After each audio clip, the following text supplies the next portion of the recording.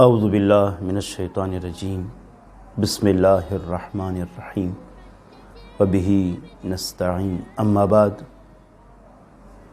اللہم اجعلنی فیہ من المستغفرین.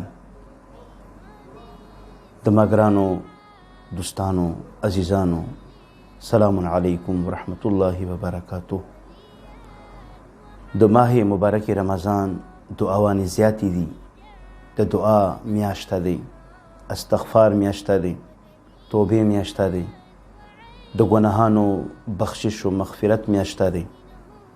پنځمې ورځې دعا کې د ماه مبارک رمضان دغه جمله معصوم نه روایت دی: اللهم اجعلنی فیه من المستغفرین. کله د ماه مبارک رمضان پنځمه ورځ شي، هغه د ذلت او د خواري لاسونه د الله درګاه کې انسان اوچات کی. وی پروردګاره ته ما هغو کسانو نه وګرځئ چې هغه د تا درګاه کې ګړګړاتې ہوئے ژړا او فریاد سره استغفار کوي. یو کاس وراغللو، امیر المؤمنین مخکې کېناستلو، استغفر الله ربی و اتوب الیه جمله زبان باندې ادا کړله. امیر مؤمنان هغه د امامت زبان کله کولو شولو، گویا شولو: ای مؤمن، ای د الله بنده، آیا تا ته پاته شته دی مل استغفار؟ استغفار د څه ته ویئ؟ وی نه مولا، ته د کائناتو مولای، ته امام مبین یې، کلام الامام امام الکلام. مولا مو ته پته نشته، مو لږ آگاه کا. امیر مؤمنان اخکاس ته یې څه استغفار صرف دا نه دی چې ته زبان سره ویې څه استغفر الله ربی و اتوب الیه، بلکې استغفار د څو شیونو نما دی.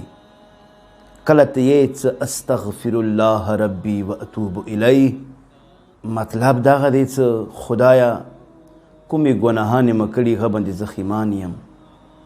دویم، پروردګاره کومه ګناه مې کړي دی دوباره دغه اراده نه لرم. دریم، مختلف امام علیه الصلاة والسلام احکاس ته د استغفار حقیقت ښیي، حتی دوره پورې ورته ویئ څه کا چیرې ته استغفار وکې او د تا ذهن کې دا نه وي چې زه به ګناهانې پرېږدم، دا د ته استهزا کوي رب جلیل پسې. ځکه خو روایت کې دي چې هغه انسان چې استغفار کوي خو د ګناه پرېږدولو یې اراده نه وي، دغه انسان د حقیقت کې استهزا کوي، ډرامه ده کوي.